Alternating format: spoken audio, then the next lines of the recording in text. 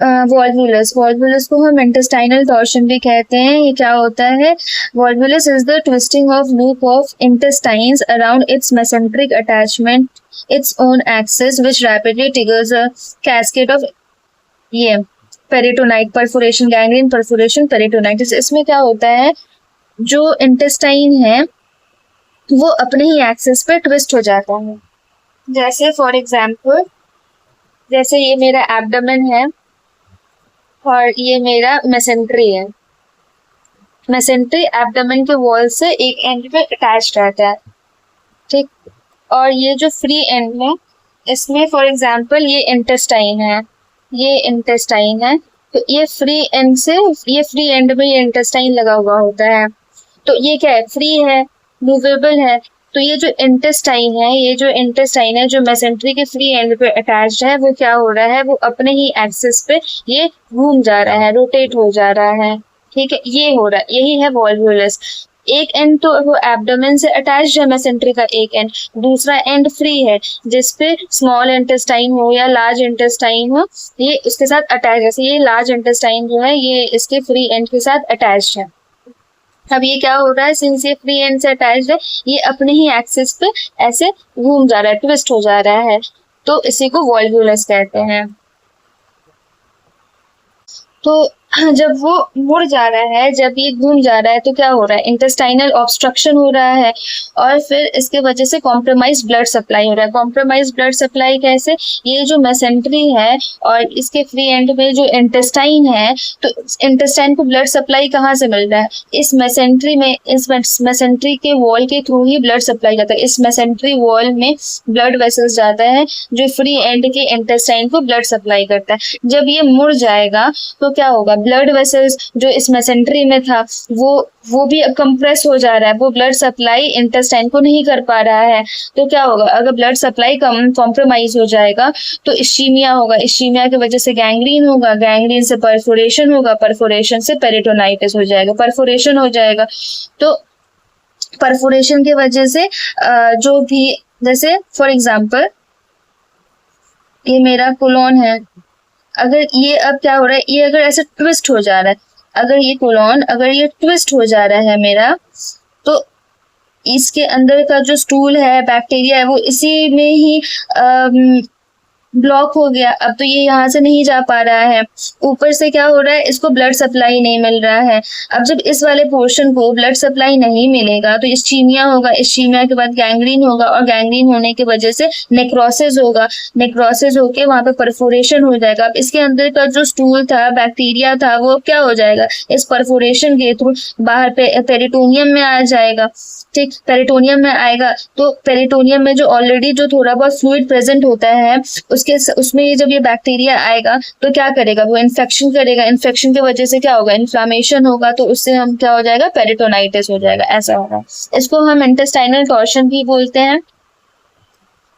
हर Bawal loop का major दो border होता है, एक मेसेंट्रिक बॉर्डर होता है, एक एंटी मेसेंट्रिक बॉर्डर होता है।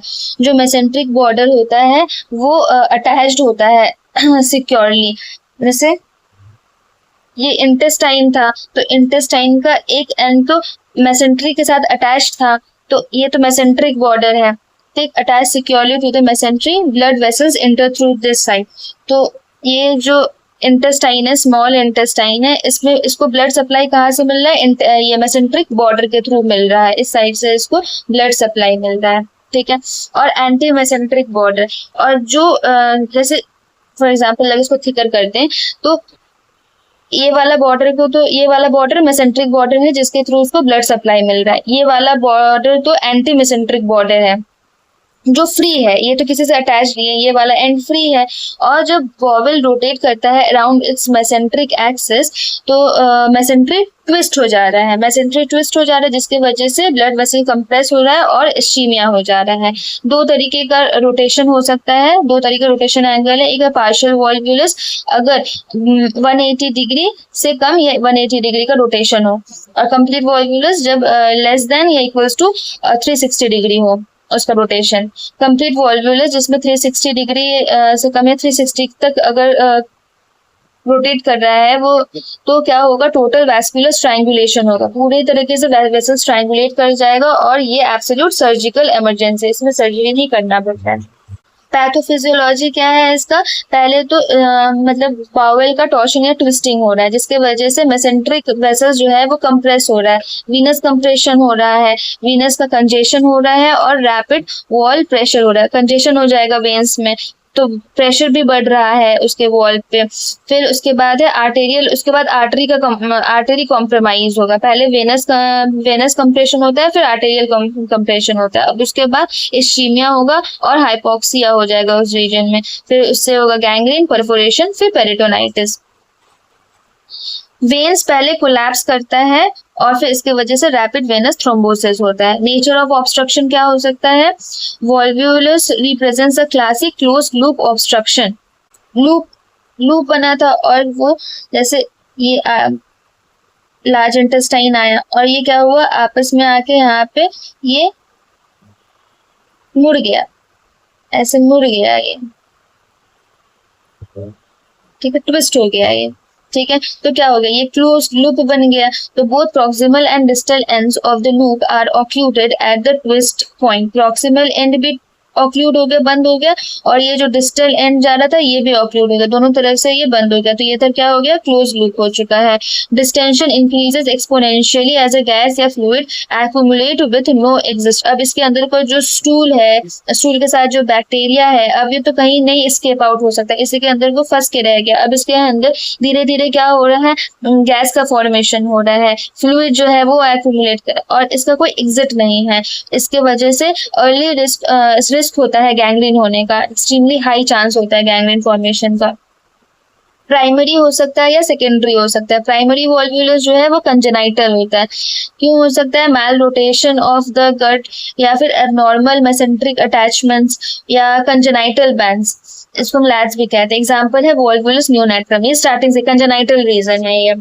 सेकेंडरी वॉल्व्यूलस क्यों होता है, जो कि सेकेंडरी वॉल्व्यूलस जो है वो एक्वायर्ड भी हो सकता है, पोस्ट ऑपरेटिव एडहेशंस की वजह से होता है, स्टोमा या इंटरनल हर्निया की वजह से होता है, और एडहेशन जो है, adhesion acts as a pivot point for twisting, adhesion की वजह से वो उसका पाइवॉइड पॉइंट बनता है, वहां से वो ट्विस्ट हो जाता है। सेकेंडरी वॉल्व्यूलस मोर कॉमन है प्राइमरी वॉल्व्यूलस से कंपेरेटिवली।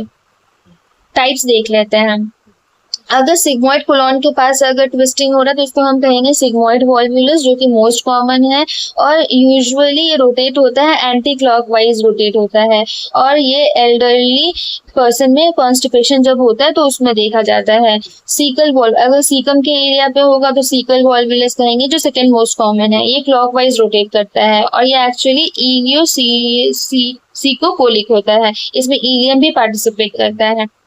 उसके बाद मिड गट जो है वो लेस कॉमन है, मिड गट वॉल्व्यूलस, और ये एसोसिएट होता है कंजेनाइटल मैल रोटेशन से, जब कंजेनाइटल मैल रोटेशन होगा तब हम उसमें मिड गट वॉल्व्यूलस देखेंगे। और यहाँ पे उसके बाद है गैस्ट्रिक या ट्रांसवर्स वॉल्व्यूलस, ये रेयर होता है और इसमें high risk of rapid necrosis होता है। कंपाउंड वॉल्व्यूलस जो है वो बहुत ही ज्यादा रेयर है, इसमें इलियोसिग्मोइड नॉटिंग होता है, डबल लूप गैंग्रीन, मतलब जैसे ये ट्रांसवर्स ये लार्ज इंटेस्टाइन है और ये सिग्मोइड है और फिर रेक्टम, ये जो सिग्मोइड वाला एरिया है वो क्या हो रहा है, सिग्मोइड वाला एरिया बना रहे हैं, जैसे ये सिग्मोइड वाला एरिया ऐसा गया, ठीक, ये सिग्मोइड वाला एरिया, और बाद में तो ये रेक्टम तो है ही, और यहाँ से जो इलियम है, ये इलियम क्या करता है, इसको चारों तरफ से बांध देता है, नॉट कर देता है, इलियम इसके चारों तरफ से ट्विस्ट हो जाता है, ये इसका तो हो ही रहा है, इसके चारों तरफ से इलियम इसको ट्विस्ट कर दे रहा है, तो इसीलिए कहते हैं इलियो सिग्मोइड नॉटिंग, नॉट बांध दिया गया, गांठ बांध की तरह हो जाता है, तो इसको कहते हैं डबल लूप गैंग्रीन।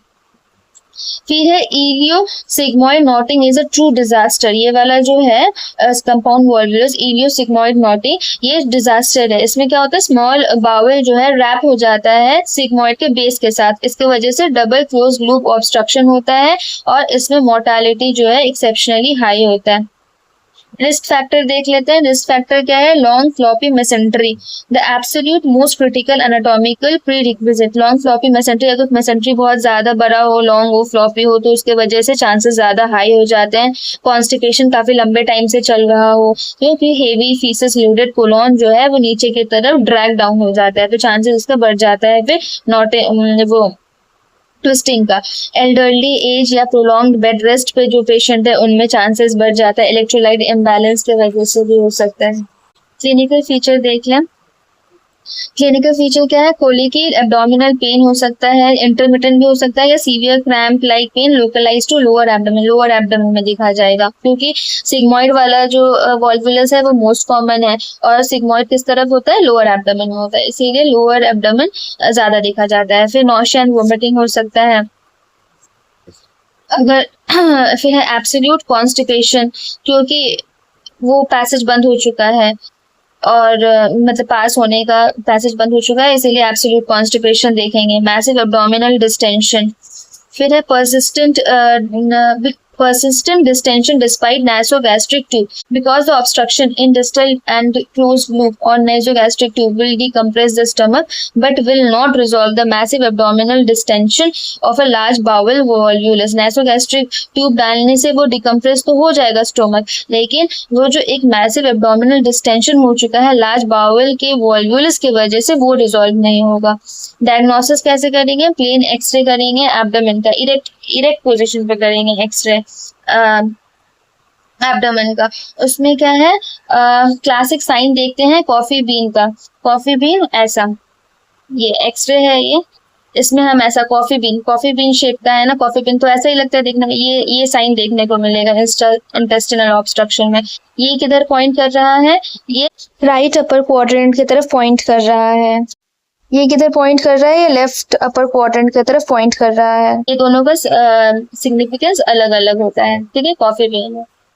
जैसे है अगर सिग्मोइड वॉल्वुलस है तो ये किसकी तरफ पॉइंट करेगा? राइट क्वाड्रेंट की तरफ। Sickle volvulus, apex points towards the left upper quadrant. अगर कोई साइन ना हो गैंग्रीन, मैनेजमेंट कैसे कर सकते हैं? अगर गैंग्रीन ना हुआ हो, पेरिटोनाइटिस ना हुआ हो, तो हम एंडोस्कोपिक डिटॉर्शन करेंगे, साथ में फ्लेटस ट्यूब प्लेसमेंट करेंगे 24 to 48 आवर के लिए। अगर सक्सेसफुल रहा, पेशेंट डिकम्प्रेस हो गया, स्टेबलाइज हो गया, तो हम सेमी अर्जेंट रिसेक्शन करेंगे ताकि दोबारा से वो रिकरेंस ना हो।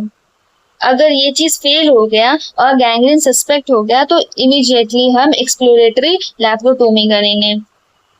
अब हम देखते हैं कि वो बाउल वायबल है या नॉन वायबल है। ये कैसे पता चलेगा? कलर से पता चल सकता है। अगर डार्क है, और डार्क है लेकिन प्रेशर पे या वार्म पैक्स पे अगर वो इम्प्रूव हो रहा है तो वो वायबल बाउल है, और अगर डार्क ब्लैक या ग्रीन कलर का है और इम्प्रूव नहीं कर रहा है तो वो नॉन वायबल है, मतलब गैंग्रीन हो चुका है बाउल में। वायबल बाउल में पल्सेशंस प्रेजेंट होता है मेसेंट्रिक आर्केट्स में, इसमें एब्सेंट होता है नॉन बाउल में। वायबल बाउल जो है उसमें शाइनी ग्लिसनिंग सरफेस होता है, इसमें डल नॉन रिफ्लेक्टिव होता है। जो गैंग्रीन हो चुका है ना, उसमें पल्सेशन कहाँ से ही होगा, उसमें शाइन कहाँ से ही होगा। वायबल बाउल का फर्म टोन प्रेजेंट होता है, कंसिस्टेंसी उसका फर्म होता है, टोन होता है, जबकि नॉन वायबल का थिन होता है, क्लेवी होता है, फ्राइबल, टीयर्स इजीली जल्दी पड़ जाएगी, गैंग्रीन हो चुका है। पेरिस्टाल्सिस देख सकते हैं वायबल बाउल में, लेकिन नॉन वायबल में पेरिस्टाल्सिस एब्सेंट होता है। अगर बाउल वायबल हुआ तो क्या करेंगे? हम सिग्मॉइड रिसेक्शन करेंगे और साथ में प्राइमरी एनास्टोमोसिस कर देंगे। तो जो ट्विस्टेड सेगमेंट है उसको क्या करते हैं? रिमूव कर देंगे, और जो हेल्दी एंड बचेगा उसको हम इमीडिएटली ज्वाइन कर देंगे। The patient is stable and bowel tissue is healthy. Patient stable है, बाउल टिश्यू जो हेल्दी है उसको हम अटैच कर देंगे, और जो अनहेल्दी है, जो ट्विस्ट हो चुका था, वो वाले पोर्शन को हम रिमूव कर देंगे। अगर बाउल वायबल नहीं है तो क्या करेंगे? तो हम हार्टमैन प्रोसीड्योर अपनाएंगे। इसमें प्राइमरी एनास्टोमोसिस नहीं किया जाता है जब गैंग्रीन हो जाए तो। क्यों? परफोरेशन है, अनस्टेबल शॉक है, तो क्यों नहीं करेंगे? क्योंकि वो लीक करेगा। अगर गैंग्रीन हो, परफोरेशन हो या अनस्टेबल शॉक हो तो उस सिचुएशन में हम प्राइमरी एनास्टोमोसिस नहीं करेंगे, नहीं तो वो लीक हो जाएगा। इसे कहते हैं हार्टमैन्स प्रोसीड्योर। हार्टमैन प्रोसीजर कब करेंगे, इंडिकेशन क्या है उसका, अगर गैंग्रीन हो चुका हो, पेरिटोनाइटिस हो, परफोरेशन हो या अनस्टेबल सेप्टिक पेशेंट हो, तो उसमें हम हार्टमैन प्रोसीड्योर करते हैं। क्या करेंगे इसमें, जो रेक्टल प्रॉक्सिमल एंड है उसको क्लोज कर देंगे और कोलोस्टोमी करेंगे उसके बाद, मतलब ऐसा कुछ।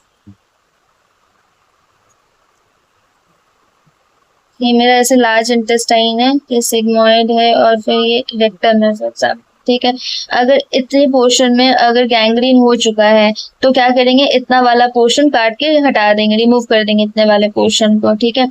और यहाँ पे सबसे पहले इसको अब दोनों को पकड़ के एनास्टोमोज नहीं कर देना है, इसको हटा के रिमूव करके ये दोनों का एनास्टोमोज नहीं करना है, क्योंकि इससे क्या हो जाएगा, वो लीक होने लगेगा। अभी गैंग्रीन का सिचुएशन था, कंडीशन था यहाँ पे। तो सबसे पहले जो ये प्रॉक्सिमल एंड है रेक्टम का, उसको हम पहले बंद कर देंगे, क्लोज कर देंगे टेम्परेरीली, ठीक है। उससे क्या होगा, पहले ये एरिया हील हो जाना चाहिए, और तब तक के लिए हम क्या करेंगे, टेम्परेरीली स्टोमा बना देंगे। स्टोमा क्या बना देंगे, जैसे ये मेरा एब्डोमेन है, ये वाला जो एंड है इसको क्या करेंगे, इसको बाहर निकाल देंगे ऐसे करके, जो ये है ना, ये इधर ना होके इसको बाहर निकाल देंगे, ऐसे करके बाहर कर देंगे एब्डोमेन के बाहर, और ऐसे करके छोड़ देंगे। और इस वाले पोर्शन को हम टेम्परेरीली क्लोज कर देंगे अनटिल अनलेस, जब तक ये पूरा एरिया वाला हील ना हो जाए, यहाँ से क्लियर ना हो जाए सब चीज, तब तक इसको अभी फिलहाल में एनास्टोमोस नहीं करेंगे। ये दोनों को, इस लार्ज इंटेस्टाइन को एब्डोमेन के बाहर निकाल देंगे और इसके बाहर एक स्टोमा लगा देंगे, जिसको मतलब एक स्टोमा कैसा होता है, वो एक पैकेट जैसा होता है, पाउच जैसा, जो इसके बाहर लगा दिया जाता है, जिससे जो भी फीकल मैटर है वो इस पाउच में आकर डिपॉजिट हो। फिर बाद में जब ये पाउच भर जाता है तो फिर इसको रिमूव करके क्लियर कर दिया जाता है और फिर इसको भी साफ कर दिया जाता है। फिर दूसरा खाली वाला पाउच जो है वो इसमें लाके लगा दिया जाता है। तो ये स्टोमा है, इसको हम स्टोमा कहते हैं, ठीक। और तब तक के लिए ये बंद रहता है। फिर जब 3-6 महीने में सही हो जाता है, 3 से 6 महीने के बीच में, तो फिर वापस से इसको लेके एनास्टोम, इसको बंद कर दिया जाता है, फिर ये वापस आके एनास्टोमोस हो जाता है। तो ऐसे पेशेंट रिकवरी हो जाता है।